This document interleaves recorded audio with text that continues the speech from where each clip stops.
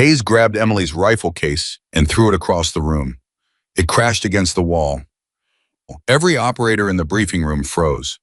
"Support personnel do not bring precision weapons into my planning space," Hayes said, stepping directly in front of her, close enough that she could smell the coffee on his breath. "You want to play soldier sweetheart, go find yourself a desk." Nobody stopped him. Nobody said a word. Emily looked at the case on the floor.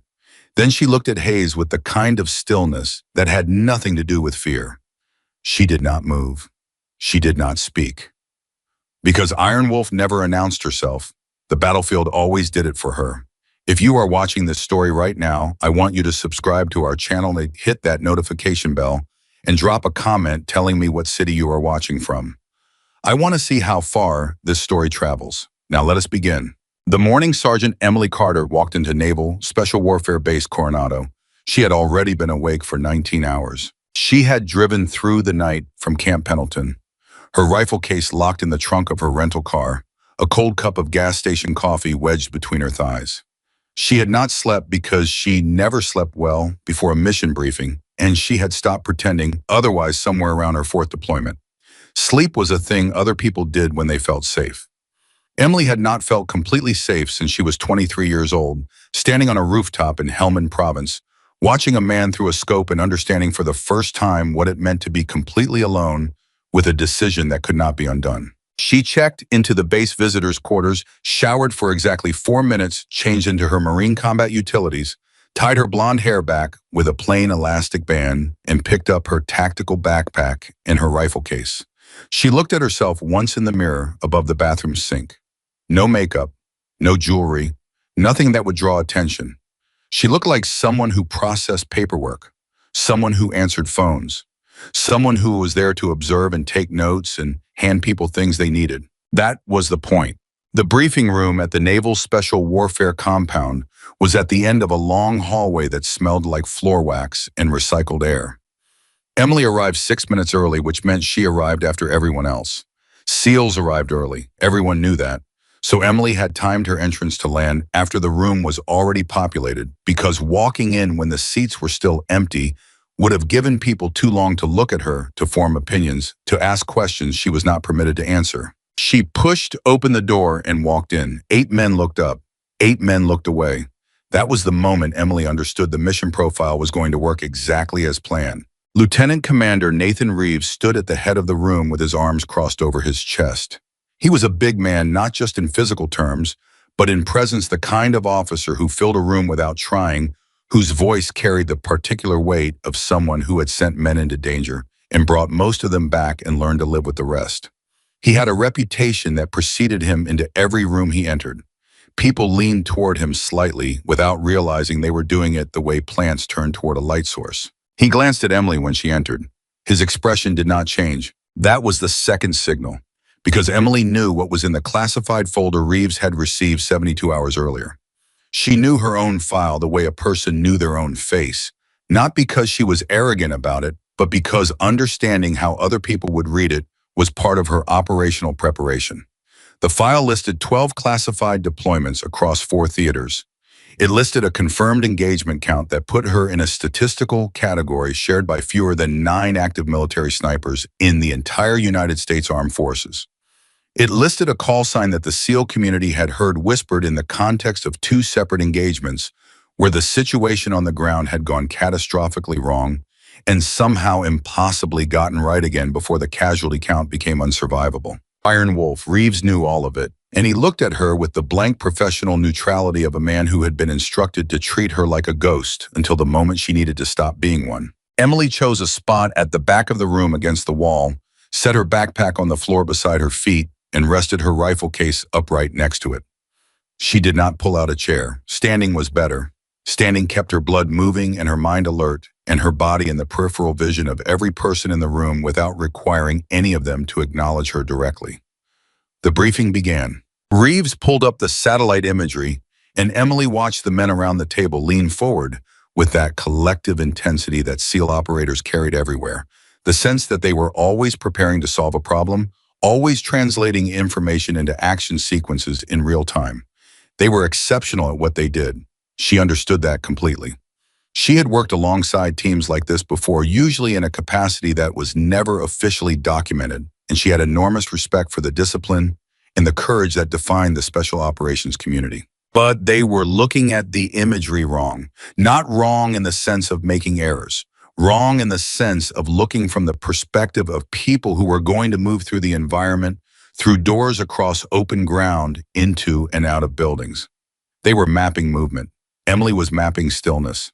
She was identifying the places a person could stop and remain motionless for an extended period and still have dominance over every critical angle within a specific radius. The compound was a collection of mud brick structures in a valley roughly 11 kilometers from the Afghan-Pakistan border. The target was a man named Farid al-Mansour, a high-value enemy commander who had spent 4 years appearing and disappearing across a vast stretch of territory that bridged 2 countries in 3 separate insurgent networks. Intelligence had placed him at the compound for a scheduled meeting. The window was 18 hours. After that, he would move, and the next confirmed intelligence on his location might be months away.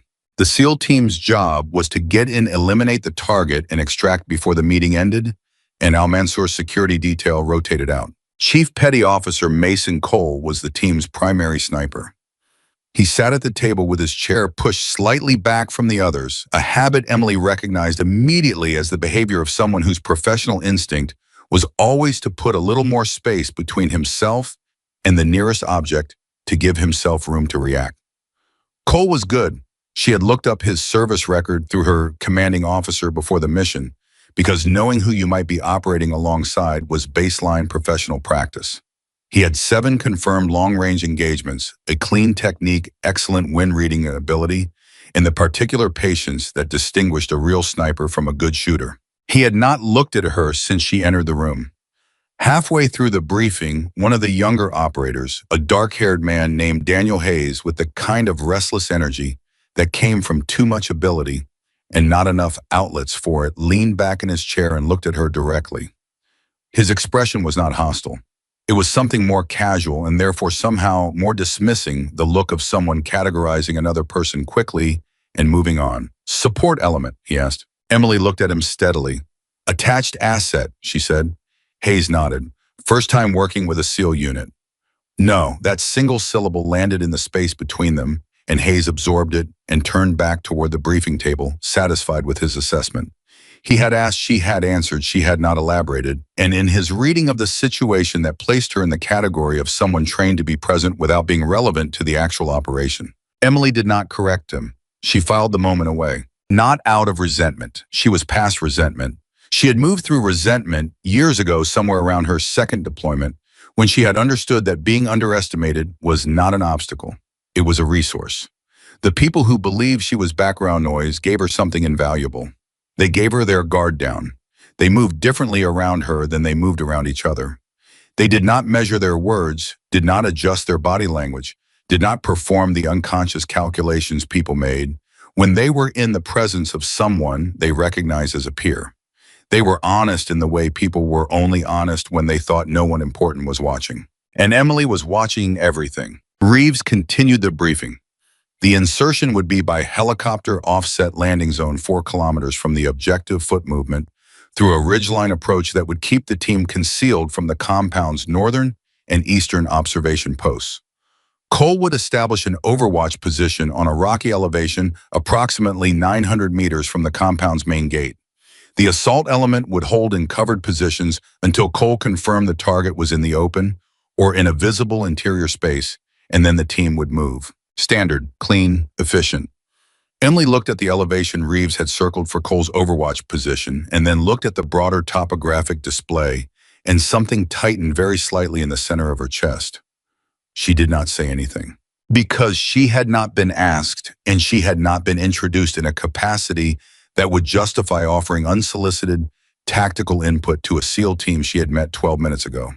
But she looked at the ridgeline to the northwest of Cole's designated position, and she thought about what a sophisticated enemy security apparatus would do with a known American sniper doctrine, how they would study it, anticipate it, map the most logical overwatch positions, and then map the positions that overlook those positions. She filed that thought away too, The briefing concluded at 1400 hours.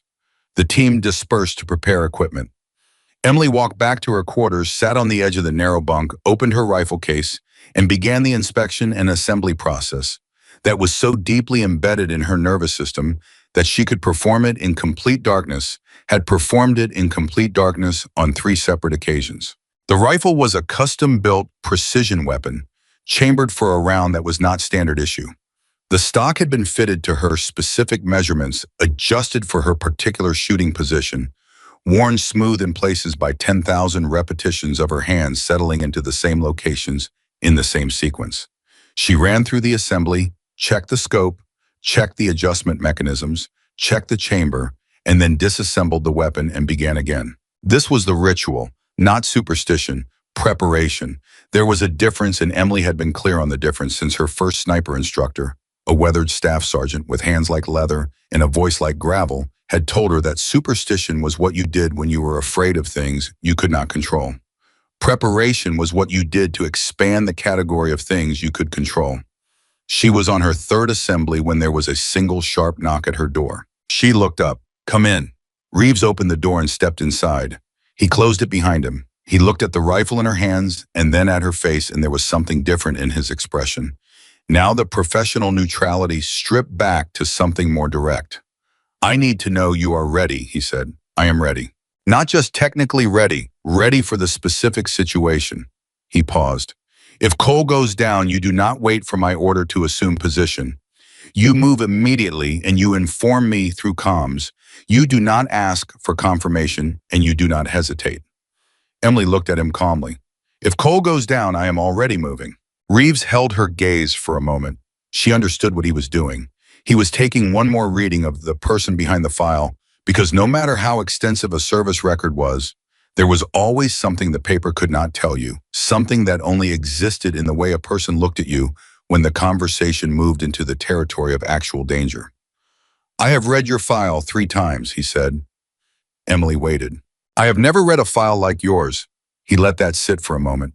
"Which means I also know that the things in your file are the things that were authorized to be put in a file, and that is always a fraction of the actual picture." "Yes, sir," Emily said. "So I am asking you directly, not as a commander reading a record, as the person who is going to be responsible for 8 men on that mountain tomorrow night." He crossed his arms. "Are you the person in that file?" Emily set down the rifle stock carefully and looked at him. "I am the person who wrote what is in that file," she said, "by doing it, not by talking about it." The room was very quiet. Reeves nodded once. "Get some sleep," he said. He left. Emily looked at the door after it closed. Then she looked at the rifle components laid out on the bed in front of her. She picked up the stock again and resumed the assembly with the same unhurried precision she had started, with her hands moving through the sequence, without conscious direction, her mind already on the mountain. She did not sleep. At 2300 hours, the team assembled in the equipment bay.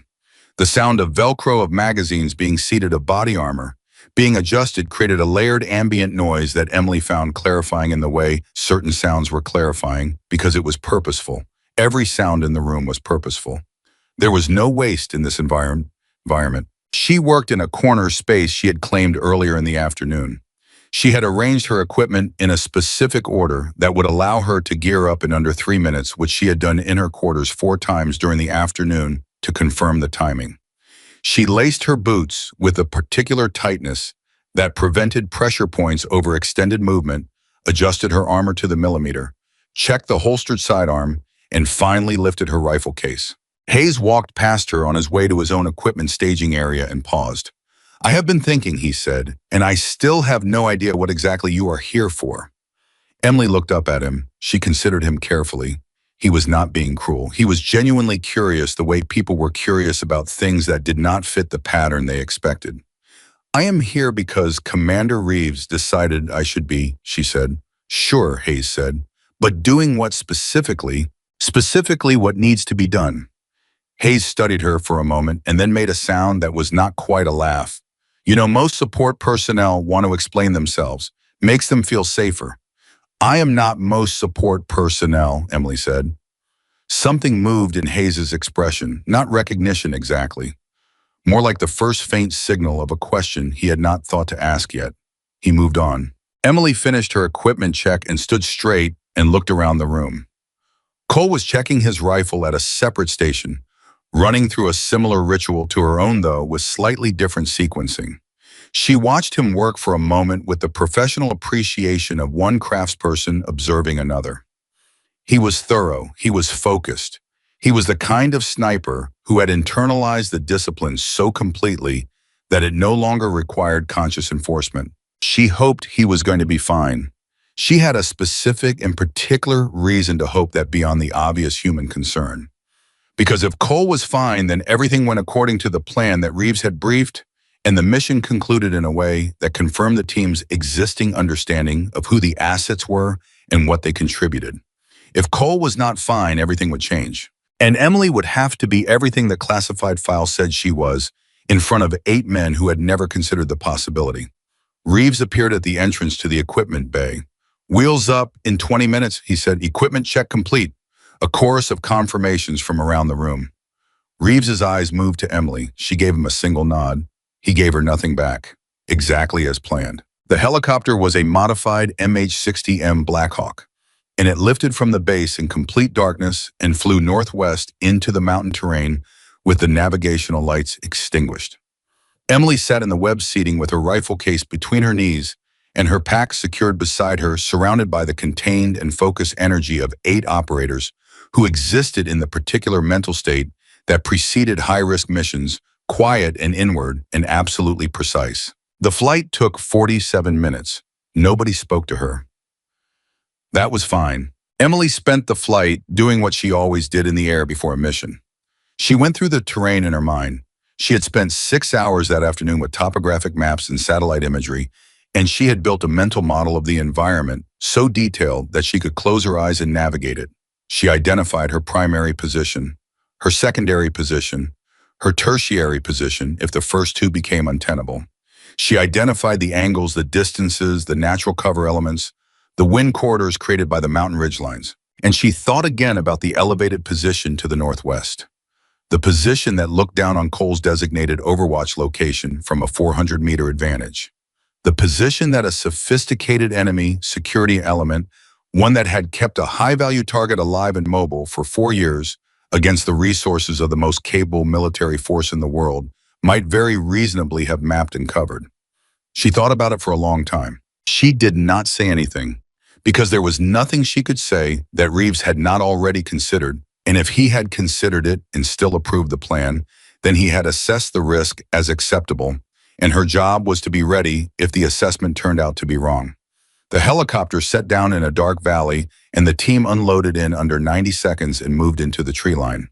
Emily followed. The movement to the objective took 4 hours through terrain that would have been punishing for a casual hiker and was merely demanding for the team a grinding upward progression through rock and loose soil and the particular cold of mountain nights that settled into the joints and the lungs. Emily moved in her assigned position in the formation, maintaining the interval breathing through the effort without sound, placing her feet with the deliberateness of someone who understood that one turned at ankle on this terrain could compromise the entire mission before it began. Around her, the SEALs moved with the collective rhythm that spoke to hundreds of hours of shared training. She matched their tempo without trying to. Movement discipline was movement discipline. 2 hours in, Hayes appeared beside her briefly as the formation paused for a navigation check. "You are keeping up," he said in the tone of a person making an observation rather than offering a compliment. "Yes," Emily said. "That pack is as heavy as mine." "I know." Hayes looked at her for a moment in the darkness. Then the formation moved again, and he went back to his position. Emily kept moving. 8:04 hours, the team reached the final covered position before the Overwatch Ridge. Reeves gathered the element leaders and reviewed the approach to Cole's position and the timing for the assault elements moved to their own covered locations around the compound perimeter. Cole would be in position by 05:30. The target's meeting was scheduled for 0700. That gave them 90 minutes of prepared overwatch before the window opened. Emily looked out at the ridgeline in the pre-dawn darkness and felt the cold and felt her own heartbeat and thought about everything she had prepared for across 12 deployments and hundreds of hours of training and the particular education that only came from doing the actual thing in the actual environment with actual consequences. She was ready. She had been ready before she drove through the night from Camp Pendleton. The question was never whether she was ready. The question was whether the morning was going to ask her to be. Reeves made his final equipment check with each operator, moving down the line with brief direct questions and confirmations. When he reached Emily, he stopped in front of her and looked at her for a moment in the gray pre-dawn light. "You know your positions," he said. "All three," she confirmed. "Primary is 6 meters left of Cole's setup. You stay concealed until needed." "Understood. If I call you up, there is no transition time. You are immediately operational." "I am operational right now," Emily said. Reeves held her gaze one more second. Then he moved on to the next operator. And Emily picked up her rifle case, settled the weight across her back, and began the final approach toward the ridgeline. With the mountain cold in her lungs and the darkness still heavy around her, and something quiet and certain settled deep in her chest, the thing that was not confidence. Exactly, because confidence was about the self, and this was about something larger. Something that had nothing to do with what she wanted and everything to do with what was required. She had spent years developing the ability to do one thing with complete precision at the exact moment it needed to be done. The mountain did not know that yet. It would. Dawn was coming cold and gray and indifferent over the valley where a high-value target was preparing for a meeting he believed was completely secret. 8 SEALs were moving into position, and the person nobody had looked at twice was settling onto a cold rocky ridgeline with a precision rifle and 11 years of purpose, waiting for the moment the mission would demand everything she had. Because the most dangerous weapon on the mountain was the one that had not fired yet, and the morning was almost here. The mountain did not care about the tension that had followed them from the briefing room all the way to the ridgeline.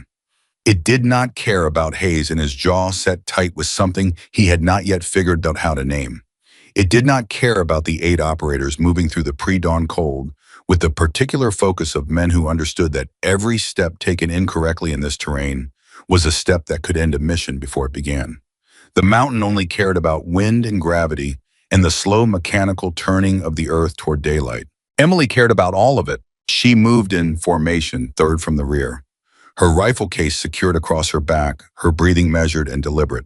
The air at this elevation had a specific quality, thin and cold and carrying the smell of rock and something drier beneath it. And she had learned years ago that the first hour at altitude was critical for calibration. Her body was adjusting, her lungs were adjusting, and quietly, without drawing attention to it, her mind was doing the thing it always did in the final approach to an objective, running every variable through a continuous assessment loop, updating, recalculating, flagging anything that did not fit the expected pattern. The ridgeline to the northwest was still bothering her. Cole moved at the front of the formation just behind the point man, his own rifle case carried with the ease of someone who had hauled that specific weight across enough difficult terrain that his body had simply incorporated it. Emily watched his movement pattern when the trail allowed her a sightline. He was good. His footwork was quiet. He placed his weight correctly. He was a professional in every visible sense. She hoped the morning would confirm that and nothing more. At 0447, Reeves raised his fist and the formation stopped.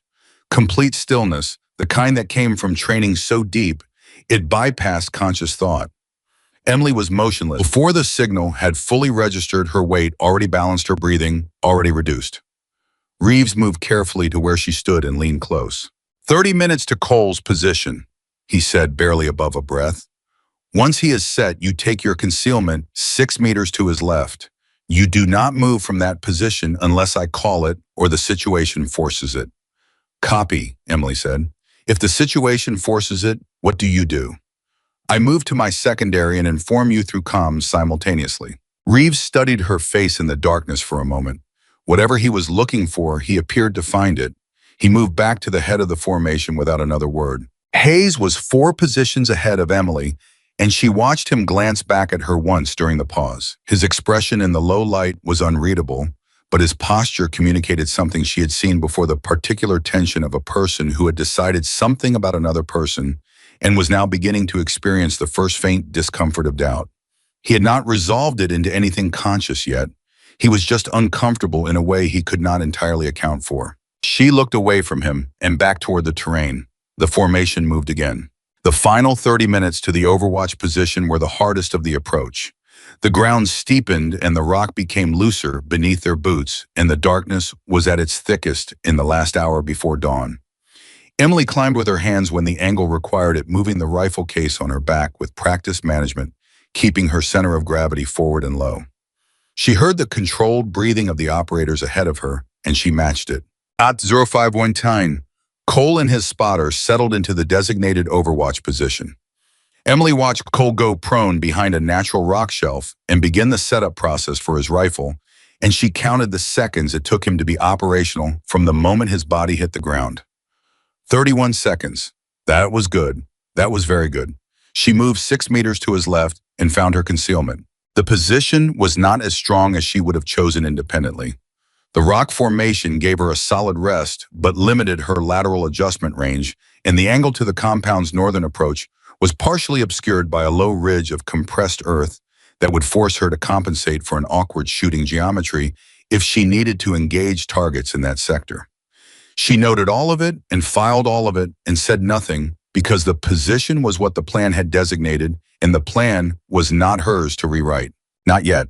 She settled in and went still. The team dispersed around the objective. 2 operators covered the eastern approach. 2 covered the road that ran south toward the valley floor. Hayes and another operator named Garrett established a position near a rocky drainage feature that gave them direct approach to the compound's main gate on the assault signal. Reeves set himself behind Cole with his command radio and his binoculars and the calm of a man who had done this many times and still found it demanding every single time. 80547, the light began. It came slowly the way mountain dawn always came, not arriving so much as accumulating the darkness, becoming gray, and the gray becoming distinction, and the distances separating themselves out of the blur into actual terrain with actual depth. The compound resolved itself across the valley mud brick walls in a central courtyard and a structure on the south side that was larger than the others, probably the meeting space, probably where Al-Mansur would appear. Cole settled deeper into his position. Emily watched everything, and the thing that she had been tracking with the quiet, persistent attention of someone who had learned to trust specific instincts above almost everything else was the ridgeline to the northwest. In the growing light, it was becoming more defined. She could see the rock formations along its crest. She could see the shadows between them. She could see the place where a shadow was the wrong shape. Her breathing slowed. She did not move. She did not raise her own rifle. She did not say anything on comms. She looked at the shadow and she thought about it with the precise, unhurried analysis of someone who had been wrong before and knew the cost of being wrong and also knew the cost of hesitating when she was right. The shadow was the wrong shape because it had a straight edge. Rock did not have straight edges. Equipment did. Reeves, she said on comms, her voice level. Northwest ridgeline, approximately 400 meters above Cole's position. I have a shape anomaly in the rock formation at my 11 o'clock. A pause. She could hear Reeves moving his binoculars. I do not see what you are seeing, he said. It is a straight edge, Emily said. Left side of the third major rock cluster from the northern end of the ridge. The shadow has a manufactured line in it. Another pause. Longer.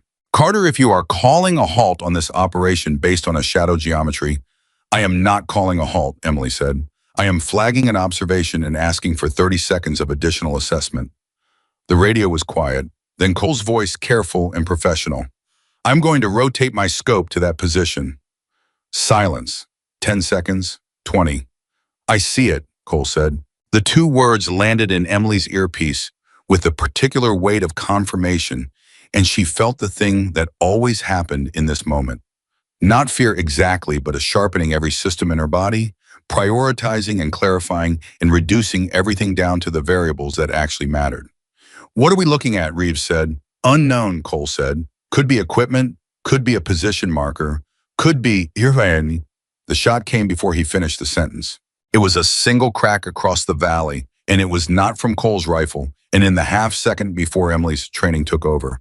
From her conscious mind, she registered the sound signature in the direction and the fact that the round had not come from any position the team's mission planning had accounted for.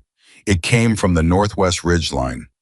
Cole made a sound, not words, the compressed involuntary exhale of someone whose body has just absorbed a serious impact. Cole is hit, his spotter said, and his voice was controlled, but the control was working hard. Cole is down, left shoulder, he is conscious. The valley opened up. From the compound, the sound of the shot had carried, and Emily could hear through the audio the immediate change in activity. Below, voices raised the mechanical sounds of weapons being moved, the compound's defensive posture activating in real time. The target was moving, the window was closing, and the person who was supposed to hold the window open was on the ground with a hole in his shoulder. All elements, Reeves said on comms, and his voice was the voice of a man making calculations at speed without the luxury of silence. To do it and hold current positions. Do not advance. I say again, do not advance. Commander, Hayes said immediately. If we do not move in the next 60 seconds, the target reaches the interior structure and we lose him. We need to go now. We go without overwatch. We are moving 8 men across 300 meters of open ground with an active enemy sniper on the high ground, Reeves said. Nobody moves. Then we lose the target. Then we lose the target, Reeves said flatly. The radio went quiet with the particular quality of 8 professionals absorbing an outcome none of them wanted. Emily had already moved, not from her concealment position. She had not broken cover, but her body had made the transition from waiting to operational. In the moment Cole's spotter said the words, he was down, and her rifle was out of its case and assembled, and she was prone behind the rock formation with her cheek on the stock, and her eye finding the scope with the practiced familiarity of 10,000 repetitions. She did not announce this. She did not ask permission.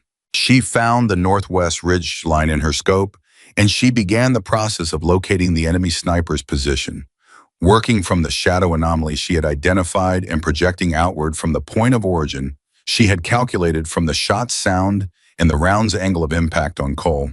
These were not guesses. They were inputs into a process she had performed so many times that it operated below the threshold of conscious calculation, the way an experienced driver did not think about the mechanics of turning a wheel. The problem was movement. An enemy sniper who had just fired and connected was going to move. He knew his position was compromised the moment he pulled the trigger. He was already relocating, shifting to a secondary position within his prepared area of operation, doing exactly what Emily would do in his situation. She needed to think like him. She shifted her scope and found a position 40 meters north of the original shadow location, a slightly lower rock cluster that offered similar angles with a different approach to concealment. She watched it.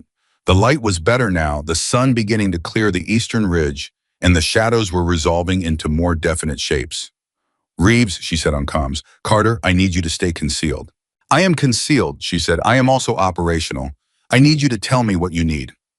A pause. She could hear him thinking, could hear the weight of the decision, could hear in the quality of the silence the exact moment when a commander moved from the plan he had prepared to the situation that had replaced it.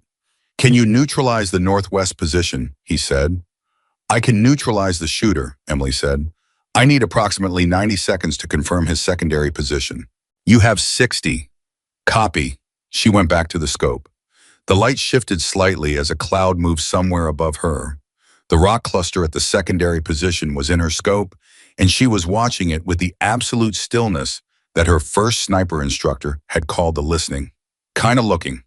Not searching actively, but opening up the visual field and waiting for the environment to tell her something. It told her something at the 40-second mark. A boot heel, just the edge of it, the squared-off corner of a tactical boot sole, visible below the left side of the rock cluster for approximately 3/4 of a second before it pulled back into concealment. That was enough. She had his position. She had his orientation. She knew which direction he was facing from the angle at which the boot had appeared and disappeared. She knew his likely firing position within the rock cluster because it was the only geometry that offered him the angles he needed to engage Cole's position while remaining below the visible crest of the ridgeline. She knew where he was going to be when he set up for his second shot. She moved her point of aim 18 inches to the left of where the boot had appeared. She calculated the distance, approximately 380 meters to the secondary position. She dialed the elevation adjustment. She read the wind from the movement of the dry grass on the face of the ridge below the shooter's position and applied the correction. She steadied her breathing. I have him, she said on comms. Carter. I have him, she said again, quiet and clear. Awaiting your call. Reeves did not answer immediately. She understood that too. He was a commander who did not yet fully know what asset he was working with, and he was about to authorize a long-range engagement based on the professional judgment of a person his team had spent the last 14 hours treating as background. That was not a comfortable position for a commander. That required a specific kind of trust. "Take the shot," Reeves said. Emily exhaled. One breath out, the pause at the bottom, the natural stillness before the next inhale when the body was at its most stable, when the heartbeat settled for a fraction of a second between contractions. She pressed the trigger. The rifle fired and the sound of it expanded outward across the valley, and she stayed on the scope and she watched the rock cluster at 380 meters. And she saw the secondary movement. She had predicted the slight shift in the shadow geometry that told her the man who had been hidden there was no longer positioned in the same way he had been. "Northwest position," she said on comms. "Shooter is down." The radio was silent for 3 full seconds. Then Hayes's voice, and there was something in it that had not been there before, something she recognized from having heard it before on different missions in different places. The sound of a person's working model of reality absorbing a sudden and significant revision. "What just happened?" Hayes said. It was not a question. "Carter neutralized the high-value sniper position," Reeves said. His voice was controlled. "All elements we have Overwatch restored. Stand by for assault authorization."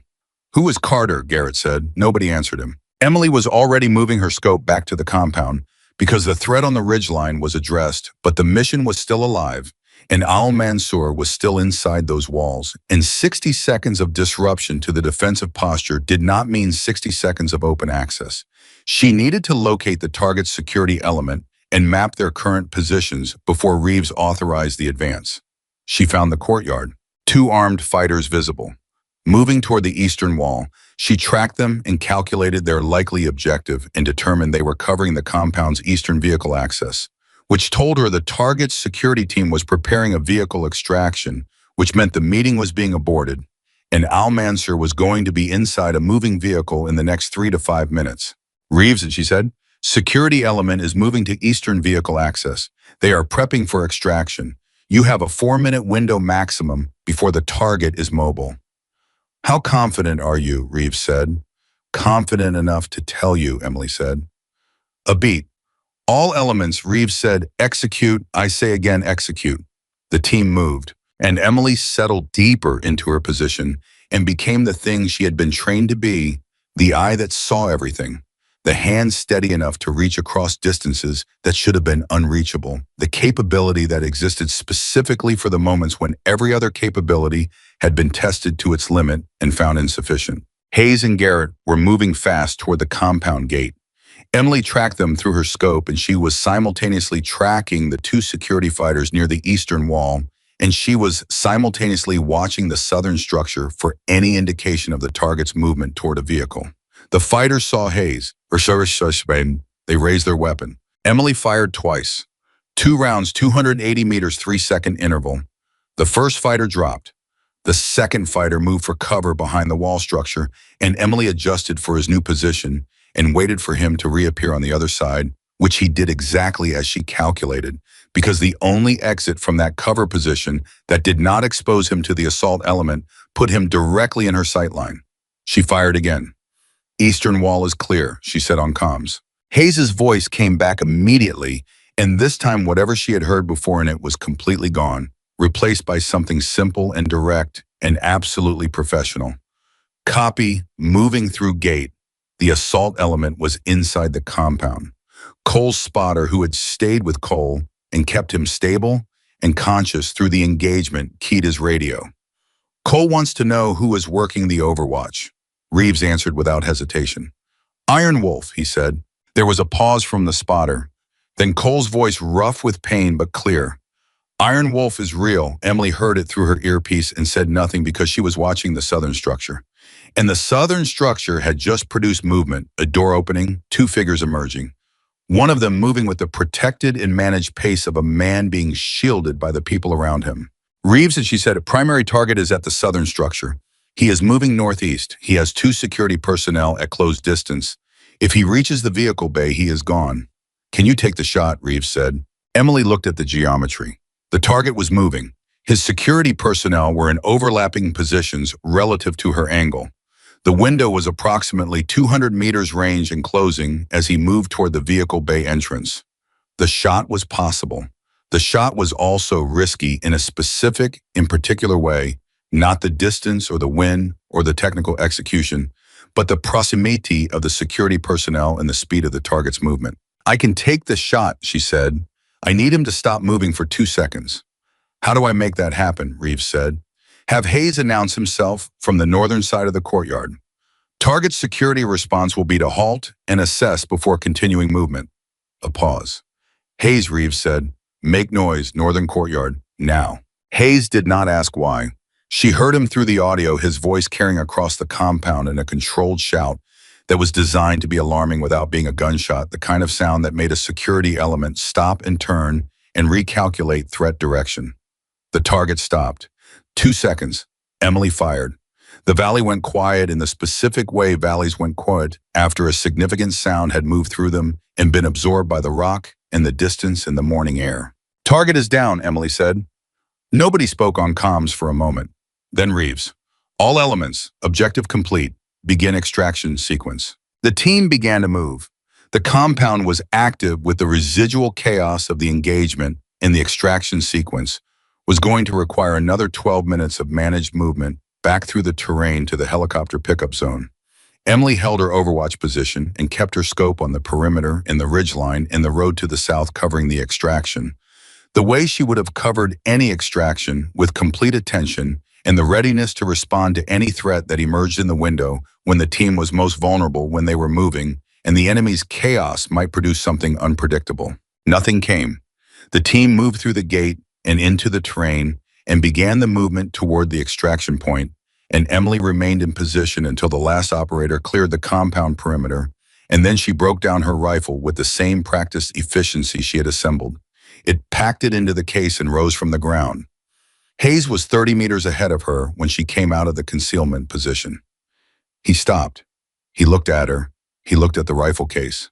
He looked at her face, and something moved across his expression that was not a simple thing, not a single emotion, but a compound of several things arriving simultaneously.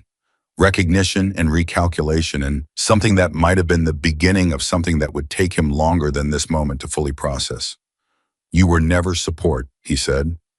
Emily looked at him. "I was exactly the support this mission needed," she said. "Let us move." She walked past him. Hayes stood there for another 2 seconds and then fell into step behind her without another word. The team moved through the terrain toward extraction. Cole was moving under his own power with assistance, his shoulders stabilized, his face pale, but his eyes clear and focused. He was going to be fine. Emily had known the moment his spotter reported the impact location that it was survivable. A shoulder wound at that range from that caliber was serious but not unsurvivable, and Cole had the physiological baseline to manage it. She watched him as the team moved, and she thought about the shot that had hit him, and she thought about the 90-second sequences she had performed to locate and neutralize the shooter. And she thought about what it meant that the enemy had placed a precision asset on that ridgeline in a position that directly covered Cole's designated overwatch location.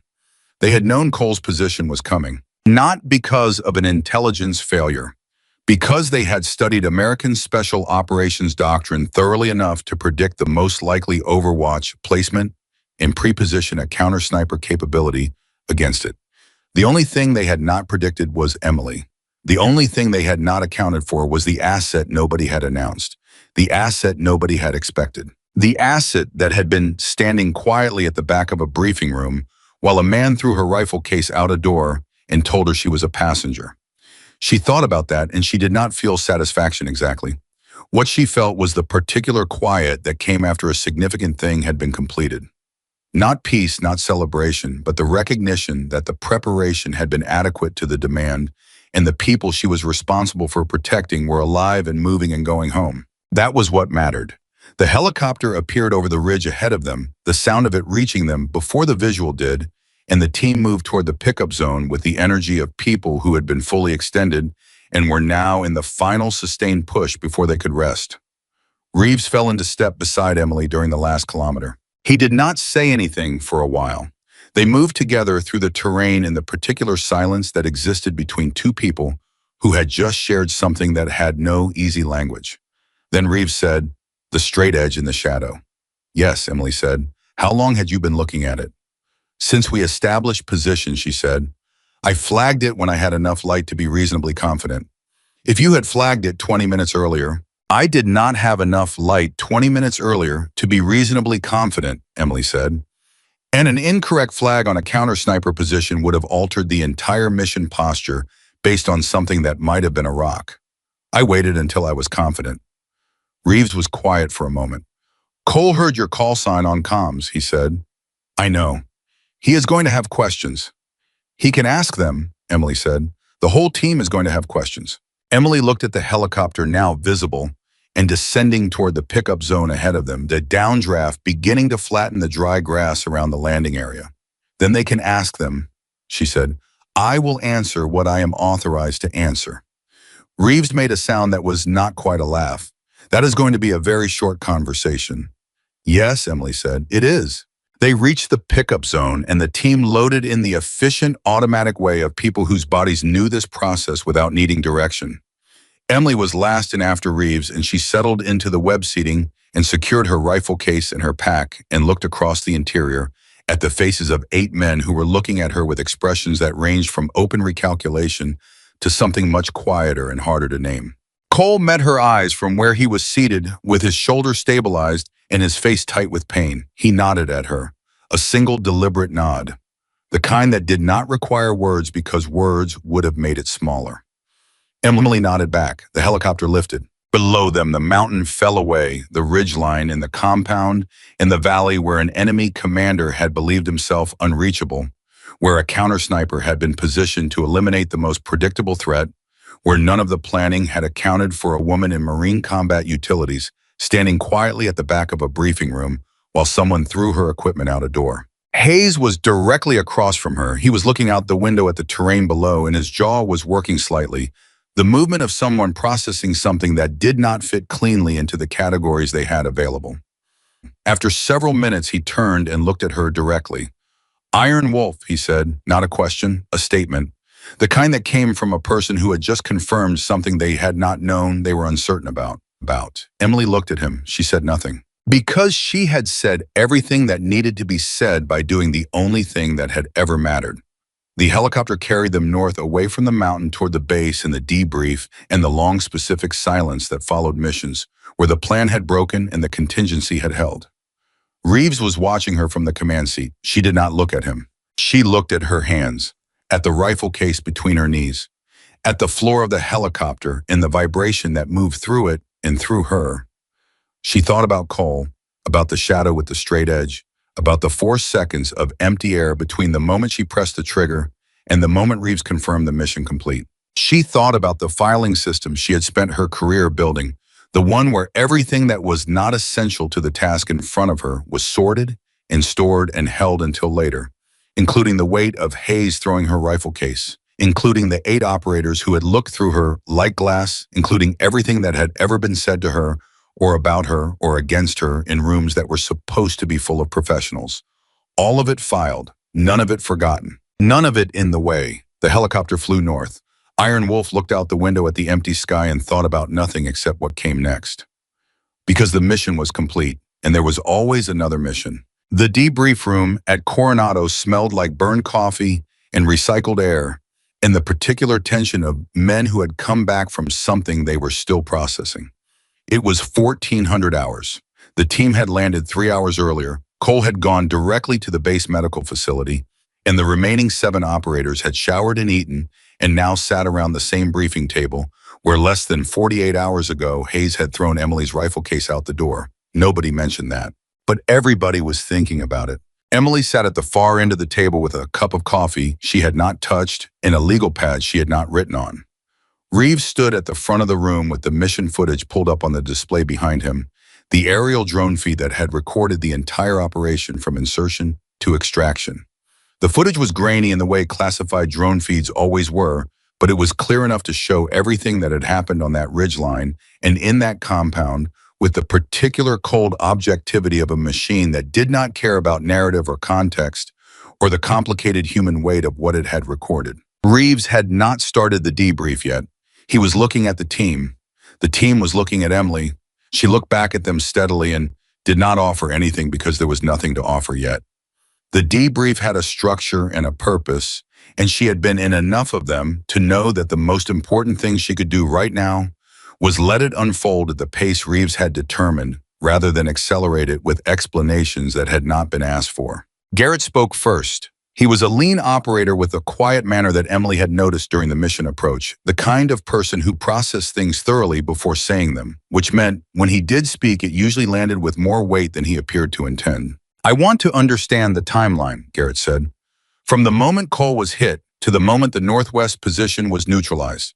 Because from my position on the eastern approach, I heard one shot from Cole's area, and then approximately 90 seconds of radio traffic, and then a second shot from a different position, and then the northwest threat was gone. And I need to understand what happened in those 90 seconds." Reeves looked at Emily. Emily set down her coffee cup. "Cole was hit at 0541, she said. "I had been observing the northwest ridge line for approximately 12 minutes prior to that, tracking a shadow anomaly I had identified at 0529. When Cole went down, I was already in a position to engage, but I did not have a confirmed target location. The shooter had relocated to a secondary position after his first shot, which is standard counter-sniper doctrine. I needed to identify the secondary position before I could engage. 90 seconds to locate a hidden sniper on a ridgeline 380 meters away in low light," Garrett said. Not skeptical. Processing. 73 seconds, Emily said. "I identified the secondary position at the 40-second mark through a partial visual. I took the shot at 73 seconds. The room was quiet. Hayes was sitting 2 seats to Garrett's left, his forearms on the table, his hands wrapped around a coffee mug he was not drinking from. He had said nothing since the debrief began. Emily had noticed that about him during the helicopter flight back, and then again during the hour before the debrief when the team had moved through the post-mission logistics. Hayes had gone from the most vocal person in the room to one of the quietest, and the quality of his silence was not the silence of someone who had run out of things to say. It was the silence of someone who was recalculating from a foundation that had shifted. "The target," Hayes said. His voice was level. "Walk me through that shot." Emily looked at him. "When you made noise in the northern courtyard," she said, "the target's security element halted movement for approximately 2 seconds to assess threat direction. I was at 200 meters with a geometry that had been partially obscured by the security personnel's overlapping positions. The halt gave me a clean angle. I took it." Hayes absorbed this. "You told Reeves to have me make noise," he said, "without telling me why." "There was no time to explain the geometry," Emily said. "And you executed without asking why, which is why it worked." Something moved across Hayes's face. It was not a comfortable thing to watch, because it was not a comfortable thing for him to experience the particular recalibration of a person who was intelligent enough to understand that they had been comprehensively wrong about something in a way that had real consequences, and was now doing the honest work of sitting with that. "I owe you an apology," he said. The room went very still. Hayes did not look away from her. "What I did in the briefing room before departure, throwing your equipment, talking to you the way I did," he paused, "that was not professional and it was not acceptable. And I am telling you that in front of this team because that is where it happened." Emily looked at him for a long moment. "Apology accepted," she said. "Just like that," Hayes said. "You executed under fire without hesitation when I called for it," Emily said. "That tells me more about who you are than what happened in the briefing room." Hayes held her gaze and then nodded once and looked down at his coffee mug, and the room released a breath it had been holding. Reeves let it sit for exactly the right amount of time, which was long enough to be real and short enough not to become something else. Then he turned to the display and pulled up the first segment of drone footage. "Let us run through the full sequence," he said, beginning with Carter's initial shadow identification. The footage played. Emily watched herself on screen, and she watched the team watching the footage, their eyes moving between the display and her face as the sequence unfolded, the communication on comms audible through the room speakers in the clipped professional language of people operating under pressure.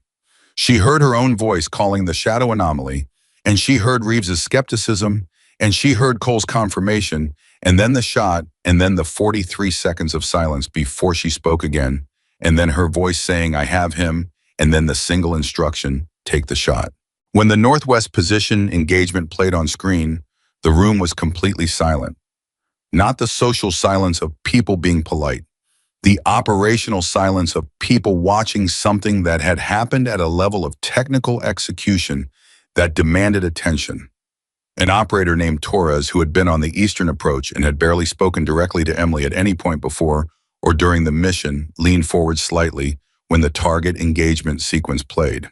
You used haze as a disruption element, Torres said, to create the 2-second halt. Yes, Emily said, without telling him that is what you were doing. Correct. Because if he had known the sound he made would have had a different quality, Torres said slowly, working it out as he spoke. It would have been deliberate rather than responsive, and a sophisticated security element might have read the difference. Emily looked at him. That is exactly right. Torres sat back. He looked at Reeves. Something passed between them that Emily read as the specific communication of two experienced professionals, acknowledging something they had not seen coming and were now incorporating into their understanding. Reeves pulled up the final segment of footage and let it run to the extraction sequence and then stopped the playback. Operational assessment, he said. This mission had 3 points of potential catastrophic failure: the counter-sniper position on the northwest ridgeline, the target's vehicle extraction that would have been completed within 4 minutes of the compound's defensive activation, and the compound's eastern wall security element, which had direct fields of fire on Hayes and Garrett's approach. He paused. All three were addressed with one asset. He did not look at Emily when he said it. He looked at the team. I want every person in this room to sit with that for a moment. Nobody said anything. The coffee machine in the corner made a small sound. One asset, Reeves said again, who spent the 14 hours before this mission being treated as a filing clerk with a fancy bag. Hayes closed his eyes briefly. The mission briefing is complete, Reeves said. There is one additional item of business. He looked at Emily now. Sergeant Carter, effective as of this debriefing, you are being formally attached to this unit as a precision operations specialist. Your assignment has been authorized at the command level and does not require this team's approval. He paused. However, I am asking for it anyway, because this team functions on trust, and trust is built in the open. He looked around the table. Any objections? The room was quiet for 3 seconds. Then Torres said, no objection. Then Garrett, no objection.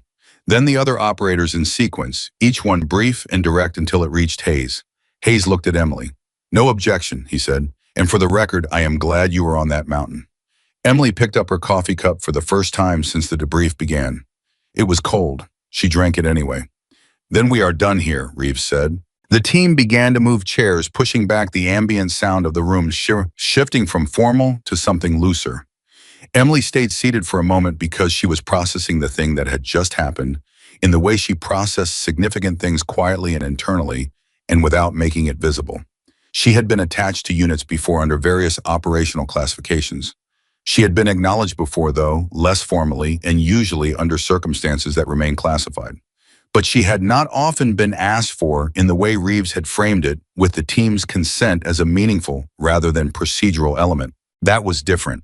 She was still sitting with it when Cole walked in. He came through the debrief room door in a base-issue shirt with his left arm in a sling, his shoulder heavily wrapped beneath it, his face carrying the specific washed-out quality of someone who had been worked on by a medical team and was now running on the other side of whatever they had given him for the pain. He moved carefully, but he moved independently, and there was something in the deliberateness of his arrival that told Emily he had made a specific decision to be here, despite the fact that no one would have expected it. The room went quiet again.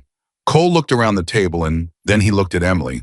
He walked to where she was sitting, and he stood in front of her, and there was a moment where neither of them said anything, and the team watched without pretending not to. I heard the playback, Cole said. His voice was rougher than it had been before the mission. The particular roughness that came from pain medication and shock in the specific experience of understanding how close a thing had been. You identified the counter position before the shot. Yes, Emily said. You flagged it on comms. Yes. And nobody took it as seriously as you needed them to, he said. Emily was quiet for a moment. The light was difficult, she said. And the identification was based on a shadow geometry that was ambiguous until it was not. Cole looked at her steadily. I am alive because you were watching a shadow. You are alive because you are hard to kill, Emily said. The shadow gave us options. You used them. Cole was quiet for a moment, and then something happened in his face that was not quite a smile but was in the territory of one, the expression of a person who had decided something about another person and was comfortable with the decision. I have been the primary sniper on this team for 4 years, he said. Emily waited. I want you to know that whatever comes next, whatever the operational structure looks like with you formally attached. He paused, choosing the words carefully. I am not in competition with you. I am glad you exist. I am glad you were there. And I am glad Reeves had the good sense to put you on that mountain, even if nobody else understood why. Emily looked at him, at the sling, at the face that was still too pale. Get some rest, she said. Your shoulder is going to tell you things you do not want to hear for the next few weeks. Listen to it. Cole made a sound that was closer to a real laugh. Medical advice from a sniper. Medical advice from someone who has been shot in approximately that location, Emily said.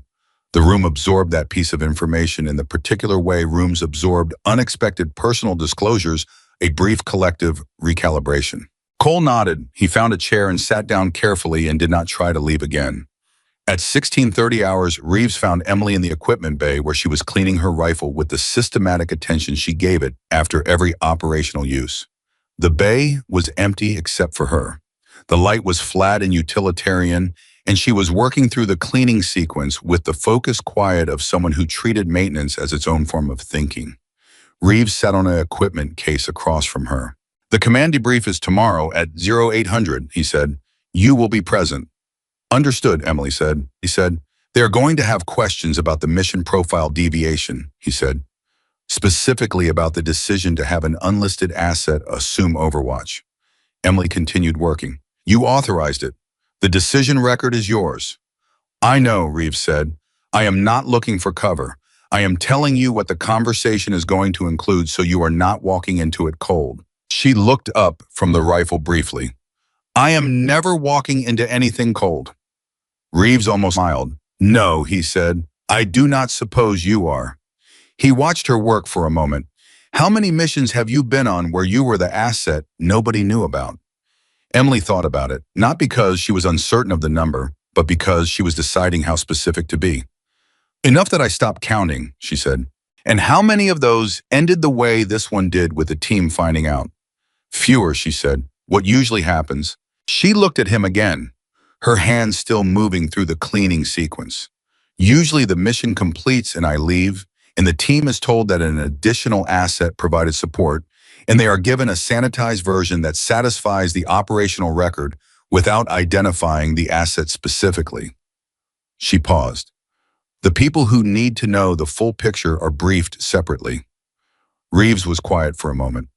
That must be a strange way to operate. It is effective, Emily said. That is not what I asked. She set down the cleaning rod and looked at him directly. Reeves was not asking idly. He was asking the way people ask things when they were trying to understand something they needed to understand, not for operational reasons, but for the human ones that operated underneath the operational ones. It is the job, she said. The job is not about being known. The job is about the outcome. And when the outcome requires being known, Reeves said, the way it did today, Emily picked up the cleaning rod again. Then I am known, she said, and then we move on to the next mission. Reeves stood up from the equipment case. He looked at her for a moment with the expression of someone who had made a decision and was confirming it internally. You are going to be good for this team, he said. I intend to be, Emily said. He left. She finished the cleaning sequence, reassembled the rifle, and put it in the case.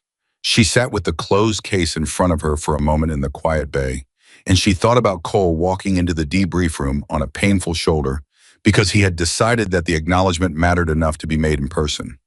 She thought about Hayes saying, I owe you an apology in front of the full team when he could have found her afterward and said it privately. She thought about Torres working through the disruption sequence logic out loud, the particular respect embedded in taking something seriously enough to understand it completely. She thought about all of it, and she held it with the care she gave to things that mattered without letting herself pretend they mattered more than the mission they had grown out of. The mission was the thing. The mission was always the thing. But this was not nothing.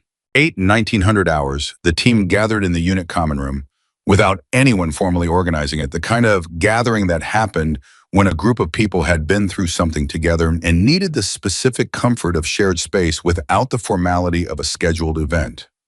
Someone had ordered food.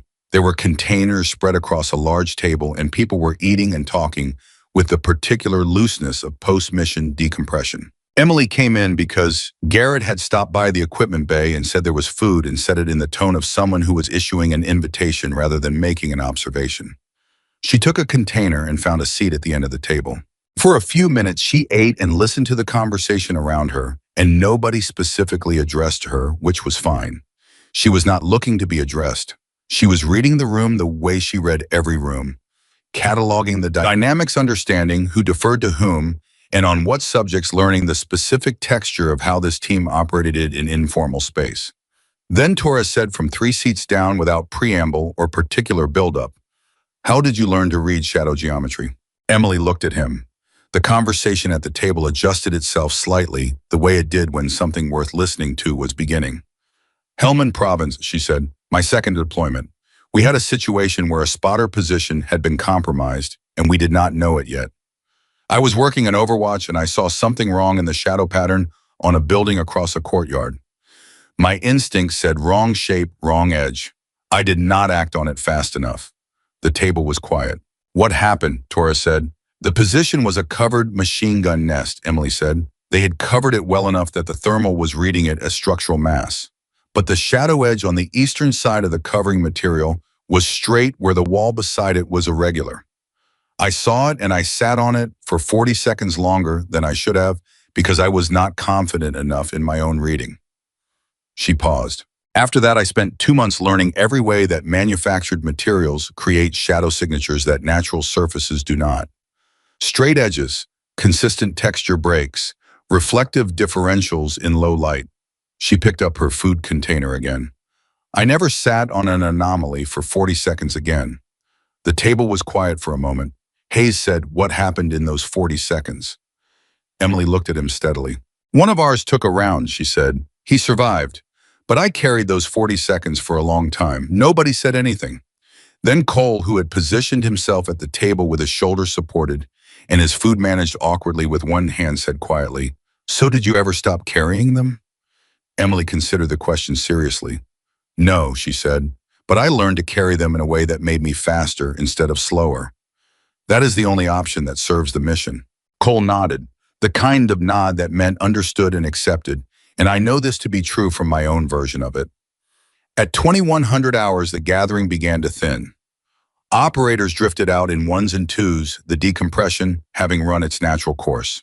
Emily collected her container and walked it to the trash and was moving toward the door when Hayes fell into step beside her.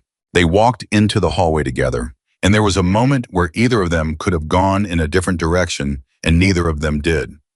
"Can I ask you something?" Hayes said. "Yes," Emily said. "In the briefing room," he said, "when I threw your case, you looked at it on the floor and then you looked at me."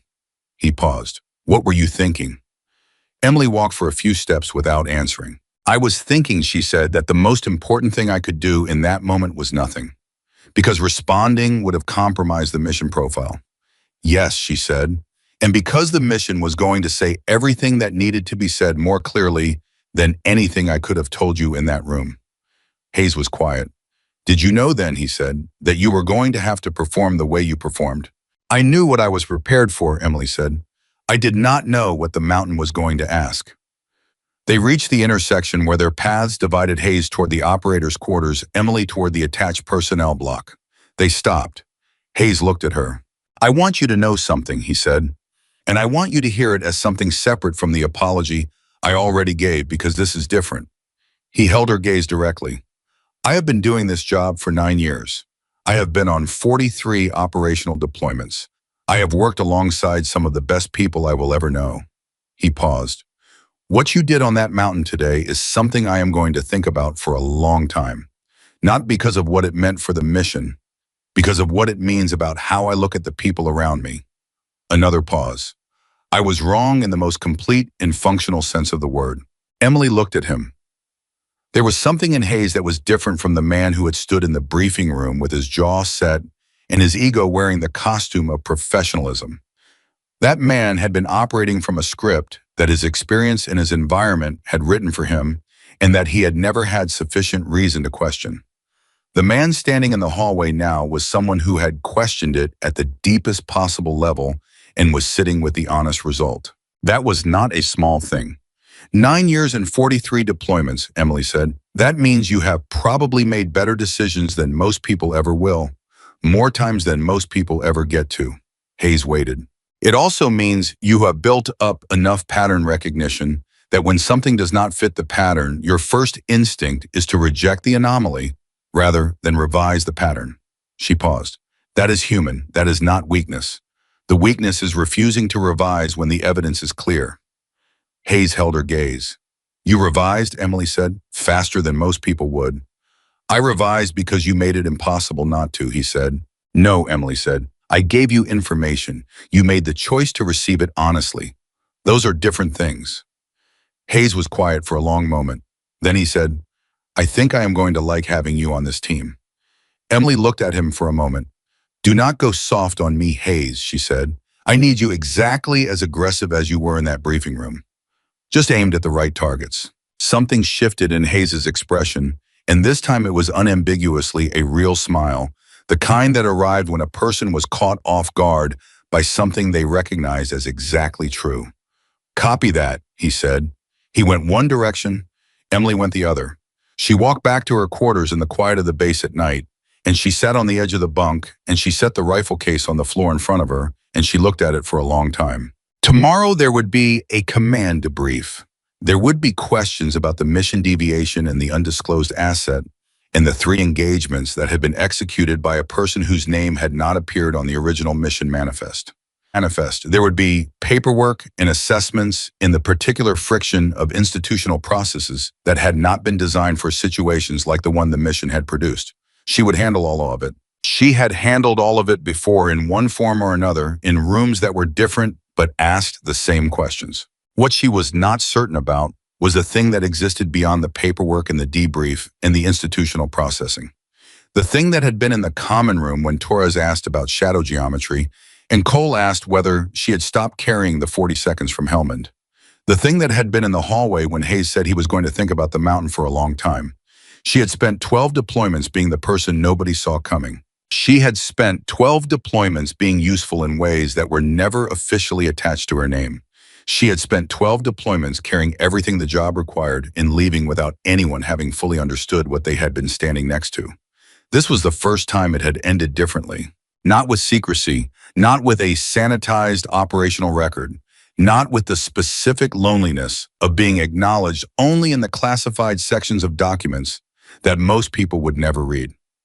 With Cole in the debrief room in a sling, with Garrett working through the logic out loud, with Hayes in a hallway at 2100 hours being honest in the particular way that cost something. She thought about all of it, and she did not name what she felt because she was not someone who spent much time naming feelings when there was work to be done.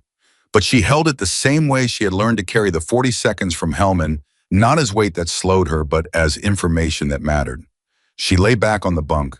The base was quiet around her. Somewhere across the compound, Cole was sleeping with his shoulder wrapped in his service record updated and the particular knowledge that he had been hit by an enemy asset that had been designed specifically to eliminate him, and that the only reason he was alive was a shadow with a straight edge and the woman who had trusted her own eyes when no one else had thought to ask what she was seeing.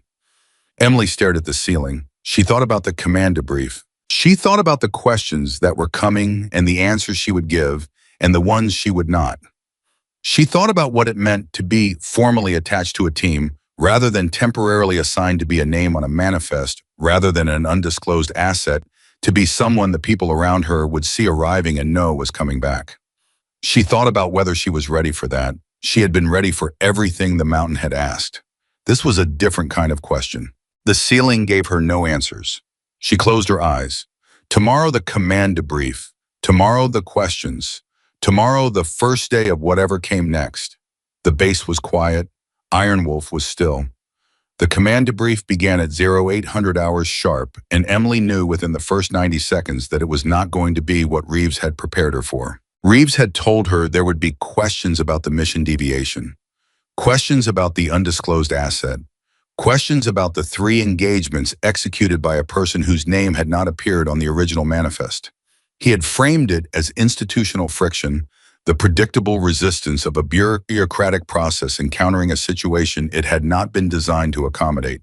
What was sitting at the head of the conference table was not institutional friction. It was Rear Admiral William Cross, and he had not come alone. Beside him sat a woman Emily had never seen in person, but recognized immediately from her file photograph. Colonel Patricia Harmon, Special Operations Command, the officer responsible for the classified asset program that had placed Emily in the mission in the first place. And beside Harmon sat a man in civilian clothes, whose badge identified him only by a 4-digit number, which told Emily everything she needed to know about which agency he represented and nothing at all about what he wanted. Reeves was already seated when Emily entered. He looked at her when she came through the door, and his expression communicated something precise and brief. He had not known Harmon and the civilian were coming. This had been escalated above his level without his knowledge, and he was calibrating in real time the same way she was. Emily sat down. Cross looked at her. "Sergeant Carter," he said. His voice was the voice of a man who had spent 30 years being the most senior person in any room he entered and had stopped noticing the weight of it. "I have spent the last 2 hours reading your file." Emily said nothing because he had not asked her anything.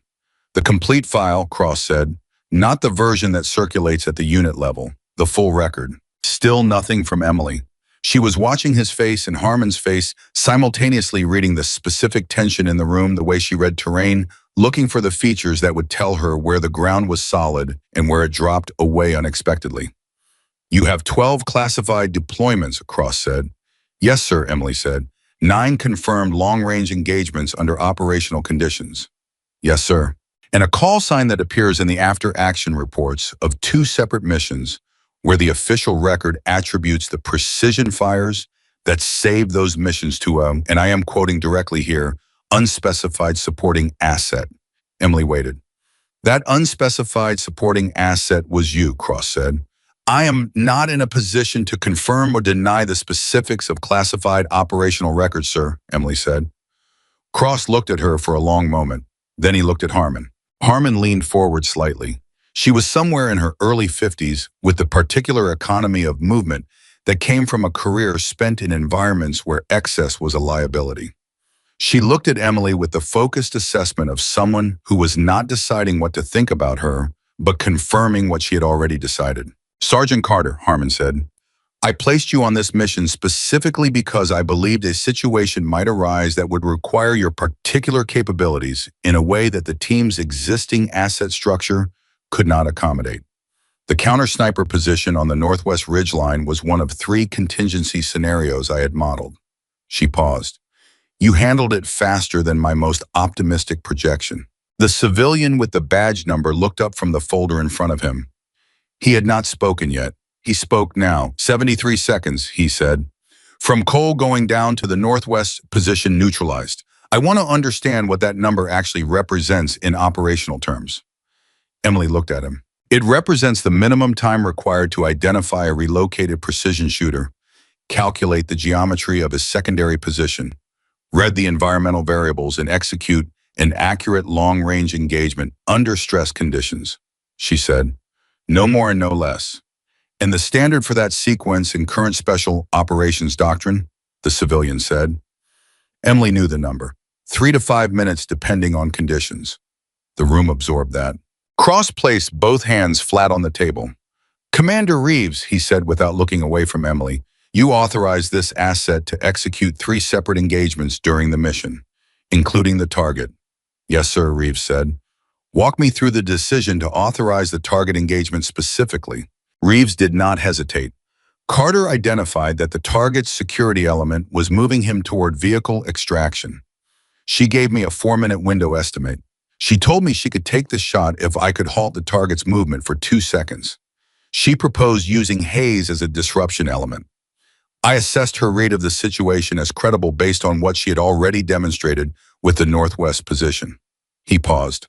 I authorized it because she was right and because the mission objective was about to walk out of our operational window permanently. Cross looked at Reeves for a long moment. She was right, Cross repeated. Yes, sir.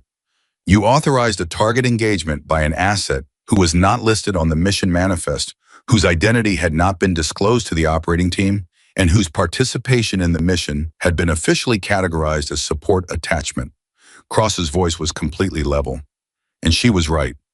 Yes, sir, Reeves said, all 3 times. The room was very still. Then Cross did something Emily had not predicted. He looked at Harmon and he said, you were right to place her. Harmon said, I usually am, Admiral. Cross looked back at Emily and the quality of his attention shifted in a way that was subtle but significant. The shift from assessment to decision. Sergeant Carter, he said, I'm going to ask you a direct question and I expect a direct answer. Yes, sir, Emily said. The program that placed you on this mission as an undisclosed asset, the program that has placed you on 11 previous missions in the same capacity. He paused. How many missions in that program have ended the way this one did, with the operating team fully aware of your identity and capabilities? Emily looked at him. 1, she said, this one. Cross nodded slowly. And in your assessment, is the undisclosed asset model the correct operational framework for your capabilities? Or does yesterday's mission suggest a different approach? Emily understood what he was asking. He was not asking for her preference. He was asking for her professional judgment, which was a different and more significant thing, the kind of question that appeared in the record and carried consequence. She took a moment. The undisclosed model served a specific purpose, she said. It maximized surprise in situations where the enemy had mapped our known capabilities and was preparing countermeasures specifically. Al-Mansour's security apparatus placed a counter-sniper on that ridgeline because they knew a SEAL team would deploy a precision asset, and they knew what that asset would look like and where it would position. She paused. They did not know about me because nobody knew about me. That is operationally valid. But, Cross said, but the team's ability to utilize me effectively was significantly constrained by their not knowing what I was, Emily said. Commander Reeves made a decision to authorize my engagement based on approximately 4 minutes of observed performance. If the team had known my capabilities before insertion, that trust would have been established through training and preparation rather than being built under fire. We would have been more effective, not less. Cross looked at Harmon. Harmon was looking at Emily. That is an honest assessment, Harmon said, and it matches the conclusion I had already reached before this debrief. She opened the folder in front of her, which is why I am recommending a structural change to your assignment profile. Emily waited. You are being reassigned, Harmon said, permanently, to Reeves's unit, not as an undisclosed asset, not as a support attachment, as a named precision operations specialist with full operational disclosure to the team. She looked up from the folder. Your call sign will remain classified outside the unit. Within the unit, the team will know who you are and what you can do. They will train with you, they will plan with you, and they will deploy with you. The room was quiet. Emily looked at Harmon. She looked at Reeves, who was watching her with the particular expression of someone who had hoped for a specific outcome and was now watching it arrive and was managing the response to that carefully. She looked at Cross. Sir, she said, I want to make sure I understand the operational implication. This reassignment means my identity as Iron Wolf becomes known within the unit structure. Correct, Cross said. And the missions going forward will be planned with my capabilities openly incorporated into the operational design rather than held in reserve as an undisclosed contingency. Correct. Emily was quiet for 3 seconds. Then I accept, she said. Cross nodded. Harmon made a notation in the folder. The civilian with the badge number closed his own folder, and for the first time since the debrief began, his expression changed from careful neutrality to something that might under other circumstances have been called impressed. One more thing, Cross said. He looked at Reeves. The team's conduct towards Sergeant Carter in the pre-mission period. I have reviewed the footage from the briefing room. Reeves's jaw tightened slightly. Emily watched it happen. The incident with the equipment, Cross said. It has been addressed, Sir Reeves said, within the team, formally and in front of the full element. By whom? By Hayes, sir, voluntarily and without prompting. Cross looked at this information for a moment. In Carter's assessment of that resolution, both men looked at Emily. Adequate, Emily said. Hayes acted with integrity when it cost him something to do it. That is the standard I hold anyone to. Cross looked at her. Adequate, he repeated. Yes, sir, Emily said. Cross almost smiled. It did not quite arrive, but it moved through his expression in a way she registered. Dismissed, he said, all of you. Reeves, I want the unit briefed on the reassignment by end of day. They filed out. In the hallway, Reeves walked beside Emily and did not say anything until they were clear of the conference room corridor. Then he said, Harmon had already written the reassignment recommendation before the mission. I know, Emily said. Reeves looked at her. You knew. I suspected, she said. The mission profile had specific characteristics that aligned with an evaluation framework rather than a standard operational deployment. The undisclosed asset positioning, the specific team, the window size. She paused. I was being assessed for permanent assignment. The mission was the assessment. Reeves stopped walking. Emily stopped beside him. You went into that mission knowing it might be a test, he said. I went into that mission knowing what the mission required, Emily said. Whether it was also a test did not change what I needed to do. Reeves looked at her for a long moment. Does anything change what you need to do, he said. Emily thought about it honestly. Very little, she said. That is either my greatest strength or my most significant limitation. I have not fully decided. Reeves shook his head slowly. Then he started walking again. Come on, he said. I need to brief the team. The team assembled in the briefing room at 1100 hours, all 8 operators, plus Cole, who had been cleared by the medical facility for light duty and had shown up in the same unit issue shirt with his arm in the same sling, looking like a man who had decided that inconvenience was not a sufficient reason to be elsewhere when something important was happening. Reeves stood at the front of the room. Emily stood at the side. It was the same configuration as the original briefing, but the room felt completely different, the way a room felt different when the people in it were not the same people they had been, not in the factual sense, but in the sense of what they carried and what they understood. Sergeant Emily Carter, Reeves said, callsign Iron Wolf is being permanently reassigned to this unit as a precision operations specialist. This assignment comes from Special Operations Command and has been authorized at the flag level. He paused. She will be present for all mission planning, all briefings, all training exercises. Her capabilities will be incorporated into operational design from the beginning rather than held in reserve. Another pause. She is not support. She is not an attachment. She is a member of this team. The room was quiet. Then Torres said, when does she start training with us? Reeves looked at Emily. Emily looked at Torres. I already started, she said. I have been reading everything on your last 6 missions since I arrived on base. Torres blinked. Then he looked at Garrett. Garrett shrugged as if to say, yes, of course she has. What did you expect? Hayes raised his hand and the gesture was so uncharacteristically formal for the setting that several operators looked at him. Hayes Reeves said, I want to formally state for the record, Hayes said that I believe this assignment is the correct decision and that I intend to be the kind of teammate that makes it worth her being here. He paused. I also want to formally state that I was an idiot. Cole from the back of the room said, we know Hayes. Quiet laughter moved around the table. The genuine kind, the kind that was not at anyone's expense, but was the release of tension that had been sitting in the room since the debrief 24 hours ago. Emily did not laugh, but something shifted in her expression that was close to it. Reeves let the moment run its course. Then training schedule. Carter, I want you to work with Cole on integration protocols when his shoulder permits. The goal is a dual sniper capability that functions as a system rather than 2 parallel assets. Understood. Cole looked at Emily. Emily looked at Cole. Understood, they said at almost exactly the same moment. Reeves nodded. Dismissed. Carter, stay. The team filed out. Cole was last, and he paused in the doorway and looked back at Emily with the same expression he had worn in the debrief room when he had walked in on a painful shoulder to say what he needed to say in person. Monday, he said. My shoulder will be manageable by Monday. We start then. Monday, Emily said. He left. Reeves waited until the room was empty. There is something else, he said. His voice had shifted into a register that was different from the command voice and different from the informal voice. Something in between the register people used when what they were about to say was not official, but was not casual either. Emily waited. Cross told me something after you left the debrief, he said. Off the record. He told me that the program that has been running you as an undisclosed asset for the past 4 years has a specific designation in the command structure. He paused. It is called Iron Protocol, and you are the only active asset it currently fields. Emily was very still. The only active asset, she said. There were 3 others, Reeves said. Over the course of the program, 2 are no longer active for medical reasons. 1 retired. He looked at her directly. You are the last one.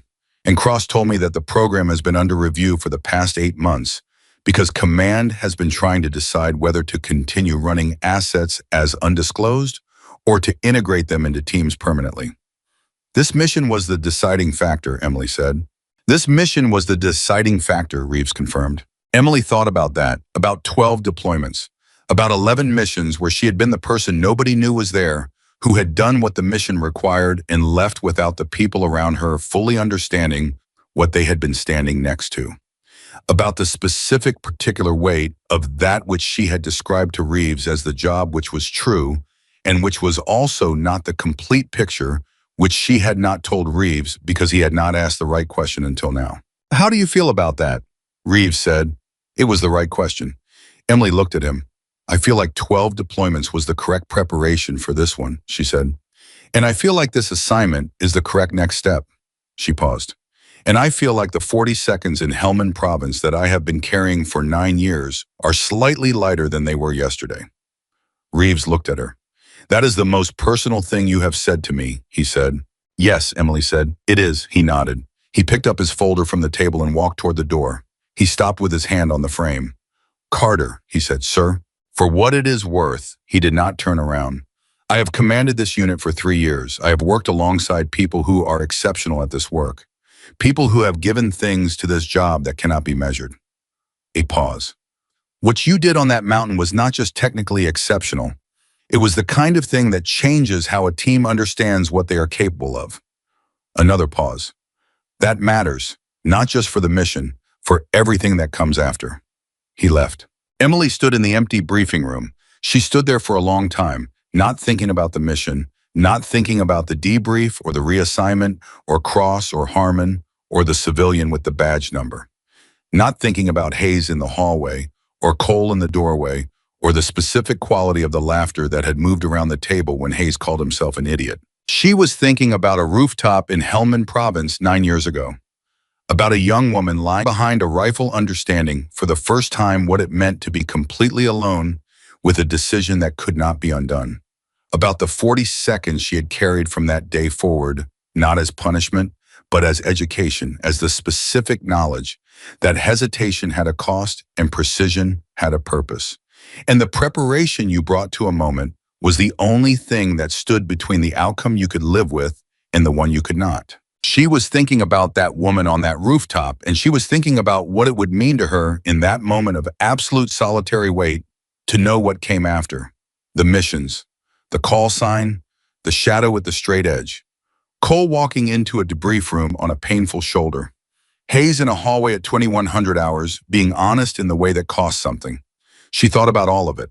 Then she picked up her notepad and her pen, and she walked out of the briefing room and down the hallway toward the equipment bay, where her rifle was waiting, because Monday was 3 days away, and there was preparation to be done, and preparation was the only thing that had ever made any of it possible. She passed Hayes in the hallway. He was coming from the other direction, moving fast with his head down, and he almost walked past her before he registered who she was. He stopped. Carter, he said. Hayes, she said. He looked at her with the particular expression of someone who had something to say and was deciding whether the hallway was the right place for it. I looked up Iron Protocol, he said. Emily went still. I have a level of clearance that gives me access to the program designation, but not the content, Hayes said. I know the program exists. I know its operational purpose. I know there are currently no undisclosed assets active under it. He paused, which means whatever you are now, you are not that anymore. No, Emily said, I am not. Are you all right with that? He said. It was the same question Reeves had asked, framed differently, and Emily understood that Hayes was asking it differently because he was a different person, asking from a different place, not from command responsibility, but from the specific concern of someone who had watched another person carry something alone for a long time and was trying to understand whether putting it down felt like relief or loss. She thought about how to answer it honestly. I have been the person nobody saw coming for a long time, she said, and I was good at it, and it served the mission. She paused. But there is something to be said for being seen. Hayes held her gaze. Yeah, he said quietly. There is. They stood in the hallway for a moment, not as the two people who had occupied opposite ends of the briefing room 48 hours ago, as something that did not have a name yet, but was in the process of becoming one. Monday, Hayes said. Monday, Emily said. He nodded and kept walking. Emily kept walking. The equipment bay was quiet when she arrived. She set her notepad on the bench beside the rifle case, and she sat down and she opened the case and looked at the rifle for a long moment without touching it, just looking at it, at the thing that had defined the last 11 years of her life, that had carried her through 12 deployments and 9 confirmed engagements in one shadow with a straight edge on a ridgeline 380 meters from a woman lying completely still in pre-dawn cold. She thought about Cole, saying, I want you to know that whatever comes next, I am not in competition with you. She thought about Torres working through the disruption logic out loud, with the particular respect of someone taking something seriously enough to understand it completely. She thought about Garrett's no objection and the way he had said it simple and direct, the way operators said things when the words were exactly what they meant and nothing else. She picked up the rifle. She began the cleaning sequence. Her hands moved through the familiar ritual, and her mind moved through the less familiar territory of what it meant to be permanently attached, to have a team that would see her arriving and know she was coming back to be a name on a manifest rather than an unspecified supporting asset in a classified record that most people would never read. It felt, she decided, like the 40 seconds from Helmand Province had gotten a little lighter again. Not gone, never gone. The 40 seconds were part of her in a way that was too fundamental to remove, too deeply woven into the preparation, in the precision, in the specific quality of attention she brought to every moment that mattered. But lighter. She worked through the cleaning sequence and listened to the quiet of the base around her and thought about Monday and what it would mean to train as a named member of a team rather than a concealed asset, to plan a mission as herself rather than as an undisclosed contingency, to stand in a briefing room at the front of the table rather than the back of the wall. She thought about all of it, and she held it carefully, the way she held everything that mattered, with attention and without illusion. Then she finished the cleaning sequence, reassembled the rifle, put it in the case, and picked up her notepad. She had preparation to do. She always had preparation to do. That had not changed. That would not change. That was the thing that had been true on the rooftop in Helmand Province, and was true in the equipment bay at Coronado, and would be true wherever the next mission took her. Known now, named now, seen now, but still and always the same person who had learned that the preparation you brought to a moment was the only thing that stood between the outcome you could live with and the one you could not. Iron Wolf had a team now, and the team had 3 days before Monday. She opened the notepad and began to write. Monday arrived the way important days always arrived, without announcement, without ceremony, with nothing distinguishing it from any other morning except the weight of what it was about to require. Emily was in the equipment bay at 053. She had been there since 0500, running through her pre-training preparation with the same systematic attention she brought to pre-mission preparation, because the distinction between training and operational deployment was one she had stopped making years ago. The way you trained was the way you performed. There was no gap between the two that could be papered over with adrenaline or intention. The gap was always there when you needed it not to be. Cole arrived at 0535. His shoulder was out of the sling. The wrap was still visible beneath his shirt, tighter than standard, adjusted for movement. He walked into the bay with a careful deliberateness that told Emily the shoulder was manageable but not comfortable, the specific gait of someone who had negotiated with their own pain and reached a working agreement. He looked at her equipment layout on the bench, and then he looked at her. You reorganized the bay, he said. I moved 3 things, Emily said. The cleaning station was blocking the sightline to the door. The ammunition storage was positioned in a way that created a reach-across pattern during loading that adds approximately 4 seconds to a full reload sequence.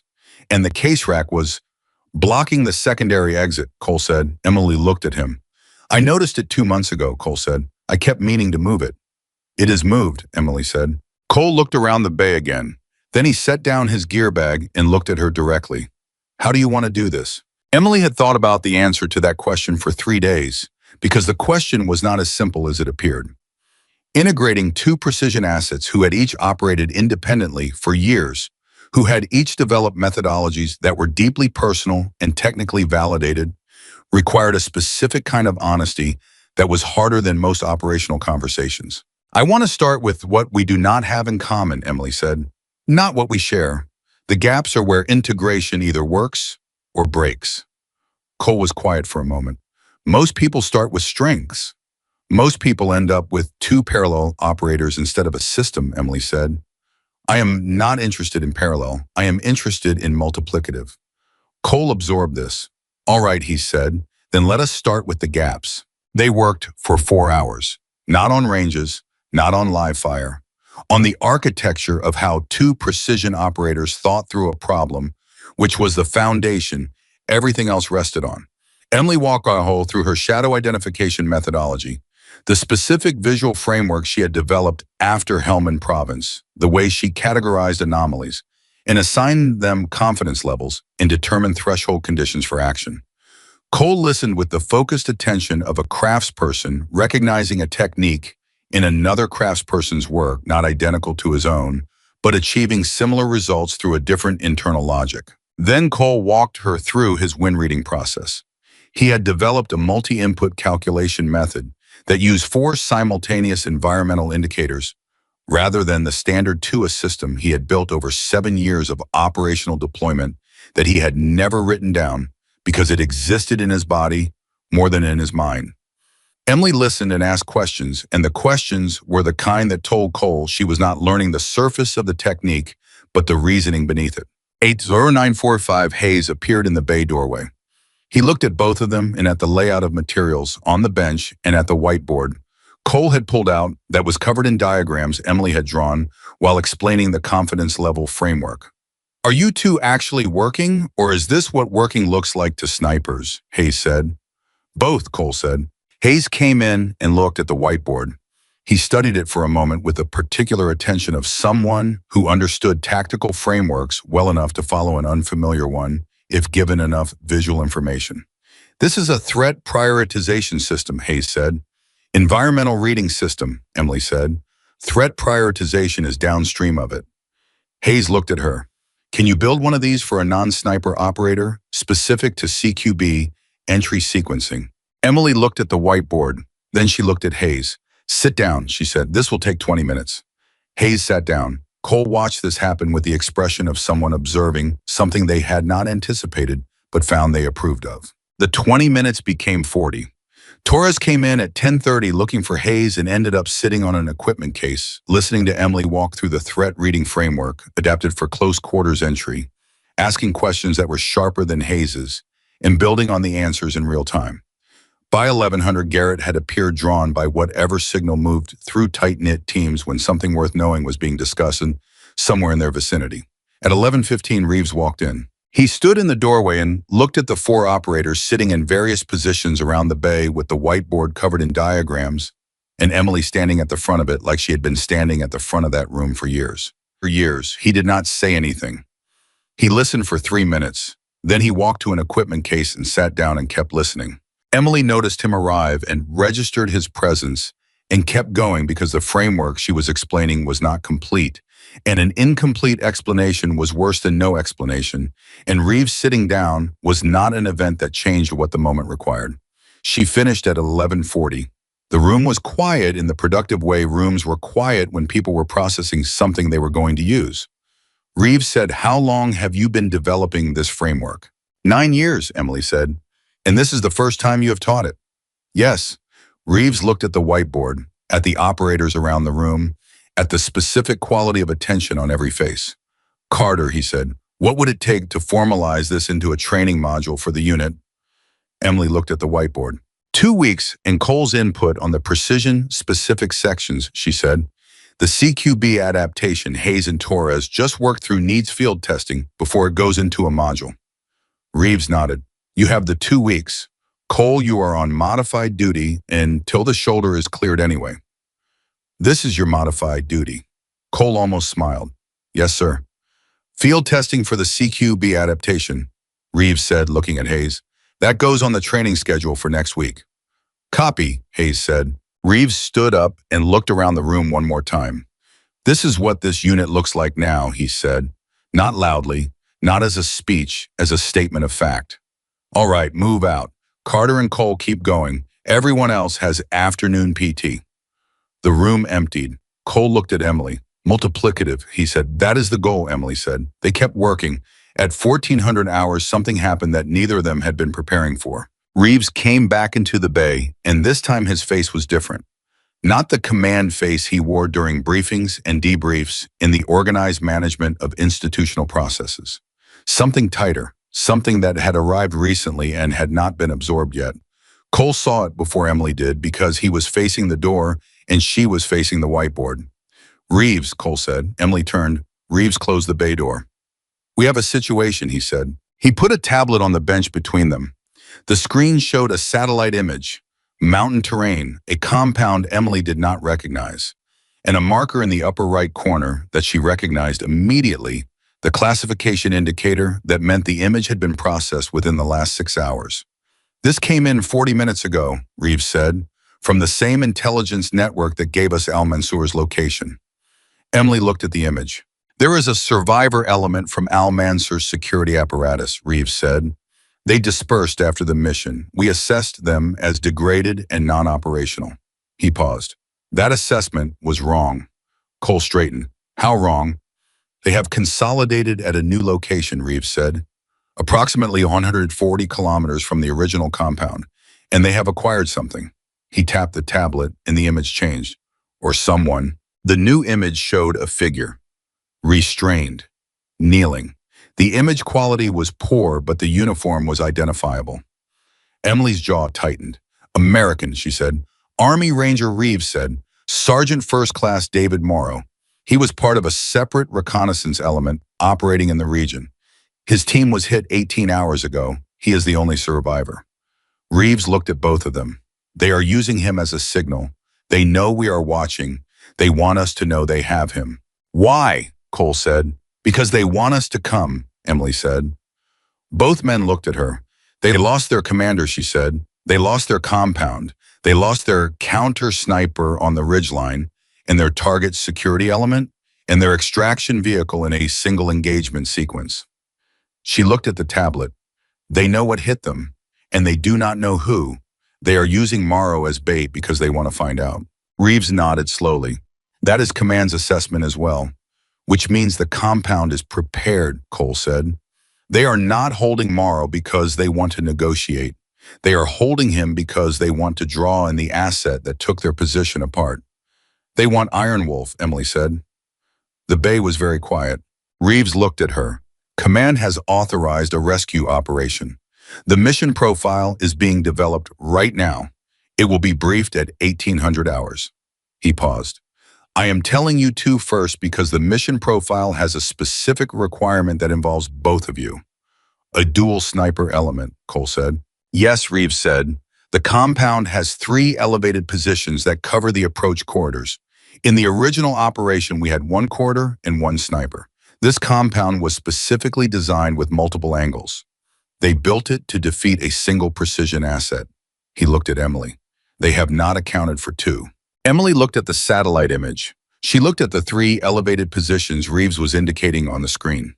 She looked at the compound's internal geometry in the approach corridors and the specific relationship between the elevated positions and the structure where Morrow was most likely being held. She looked at Cole. Cole was looking at the same things.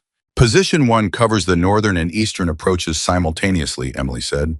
It is the anchor. Whoever holds it cannot move for the duration of the operation. That is mine, Cole said immediately. My shoulder can hold a static position for as long as the mission requires, Cole said. It cannot support the movement sequencing the other 2 positions require. You know this. Emily looked at him. I was right. She had spent 4 hours that morning learning how his shoulder was healing and how it was compensating and what it could sustain and what it could not. A static anchor position was within its current parameters. The lateral movement between positions 2 and 3 was not. I take positions 2 and 3, Emily said. moving between them based on the assault element's progression. That is a 200-meter transition under fire, Reeves said. Yes, Emily said. Reeves held her gaze. You have done that before. It was not a question. Yes, she said. Reeves looked at Cole. Cole nodded once. 1,800 hours, Reeves said. Full team briefing. He picked up the tablet. Be ready. He left. Cole and Emily stood in the bay and the door closed behind Reeves and neither of them spoke for a moment.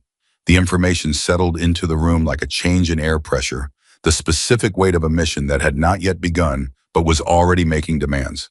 They built that compound to beat you, Cole said. They built it to beat a single precision asset, Emily said. They have not met a system. Cole looked at her. Monday, he said. We started Monday and we are already a system. 4 hours, Emily said. We have been a system for 4 hours. Is that enough? Cole said. Emily looked at the door Reeves had walked out of. At the bay around her, reorganized and prepared. At the whiteboard with the framework she had carried alone for 9 years and had spent the last 4 hours beginning to transfer to someone else for the first time. It is what we have, she said. So yes, it is enough. Cole picked up his gear bag. Then let us get ready, he said. The 1,800 hours briefing was the most charged room Emily had been in since the original mission debrief, and that had been charged in a different way with the retrospective tension of people processing what had happened. This was the prospective tension of people preparing for what was coming, and it had a different quality, sharper and more directional, pointed at a specific future rather than examining a specific past. Reeves ran the briefing, the compound layout, the 3 elevated positions, the approach corridors, the location of Morrow's probable holding area based on thermal imaging from a drone pass that had been executed 2 hours earlier. The enemy force assessment, which put the number at approximately 20 to 25 fighters experienced and motivated and specifically prepared for an American rescue attempt. Hayes was the first to ask about the elevated positions. If they built 3 positions to cover the approach angles, he said, and those positions are manned by capable shooters, we cannot move the assault element through any of those corridors without taking fire. Correct, Reeves said, which means the sniper element needs to clear all 3 positions before the assault element moves. Correct. With 2 snipers, Hayes said. He looked at Emily, then at Cole, then back at Reeves. How? Reeves looked at Emily. Emily looked at Hayes. Position 1 covers the northern and eastern corridors, she said. Cole anchors it. Position 2 covers the western approach and has a partial angle on position 3. I clear position 2 first. While the enemy at position 3 is oriented toward Cole's location to the north, I transition to position 3 and clear it from the south. She paused. The transition window is approximately 40 seconds. Hayes was quiet for a moment. 40 seconds in the open between positions 2 and 3, he said. While there are 20-plus armed fighters in the compound, the transition route uses the drainage feature on the compound's western face, Emily said. It provides concealment for 32 of the 40 seconds. And the remaining 8, Hayes said. Speed, Emily said. Hayes looked at her for a long moment. Okay, he said. Not doubtful, not challenging. The okay of a professional who had assessed a plan and found it aggressive but sound. Torres raised his hand. What is Cole's secondary function after anchoring position 1? Once the approach corridors are clear, does he stay static? Cole answered before Reeves could. I shift to covering the compound's vehicle access once the assault element is inside. Intelligence puts 2 vehicles in the motor pool. If they try to move Morrow during the assault, I stop the vehicles. With a compromised shoulder, Torres said, not accusatory, factual.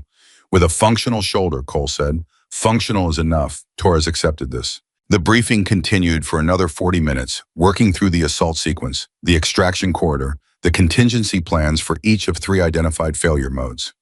Emily listened to all of it and asked 2 questions at specific points where the plan had assumptions she needed to surface and test. Both times, Reeves adjusted the plan based on her input without making it a discussion. He took the point, incorporated, it moved on. That was new. Not the adjustment itself. Reeves had always been willing to adjust based on sound input. What was new was the speed of it, the absence of the evaluative pause that commanders inserted when they were assessing whether an input was credible before deciding whether to incorporate it. The pause was gone. She was credible. The mission had made her credible, and the debrief had confirmed it, and Monday's 4 hours had built on it. And now in this briefing room, her input moved directly into the plan without the friction of being weighed against her perceived authority to offer it. She filed that away, not with satisfaction, with the recognition that it was a resource she could use to keep people alive. At 2,000 hours, the briefing concluded and the team moved to equipment preparation. Insertion was at 0200. They had 6 hours. Emily went back to the equipment bay. She cleaned the rifle again, not because it needed cleaning, but because the ritual was the preparation, and the preparation was the thing she had instead of certainty. Nobody had certainty before a mission. The best you could do was have preparation that was thorough enough that when the moment arrived, the decisions that needed to be made had already been made somewhere earlier and quieter. At 21:30, Hayes came into the bay. He looked at her and at the rifle, and he did not say anything for a moment. He sat on the equipment case that Torres had occupied that morning, and he looked at the whiteboard with the framework still written on it in Emily's handwriting. "When I was coming up," Hayes said finally, "my first team leader told me something I did not understand for about 3 years. He said the most dangerous thing in this work is not the enemy. It is the version of yourself that thinks it already knows everything it needs to know." Emily kept working on the rifle. "It took me 3 years to understand what he meant," Hayes said, "and then another 6 years of being wrong in ways that mattered before I understood it well enough to actually apply it." He paused. "I applied it wrong with you. I looked at you and I ran the pattern match, and I told myself I already knew what you were, and I stopped looking." "Hayes," Emily said. "I am not re-apologizing," he said quickly. "I already did that, and you already accepted it, and we have moved on. I am telling you something different." He looked at the whiteboard. "I am telling you that what you built in this room today, the framework you have been carrying alone for 9 years and started giving away this morning, that is the thing my team leader was trying to describe to me 20 years ago. The opposite of already knowing." He paused. "You built a system for never already knowing." Emily set down the rifle. She looked at Hayes. "Helmand Province," she said. 40 seconds. "I know," Hayes said. "Cole told me." Emily held his gaze. "Then you understand where it came from." "I understand where it came from," he said. "I also understand that most people would have carried those 40 seconds as a wound. You carried them as a methodology." He stood up from the equipment case. "That is the difference between the people who are good at this work and the people who are made for it." He moved toward the door.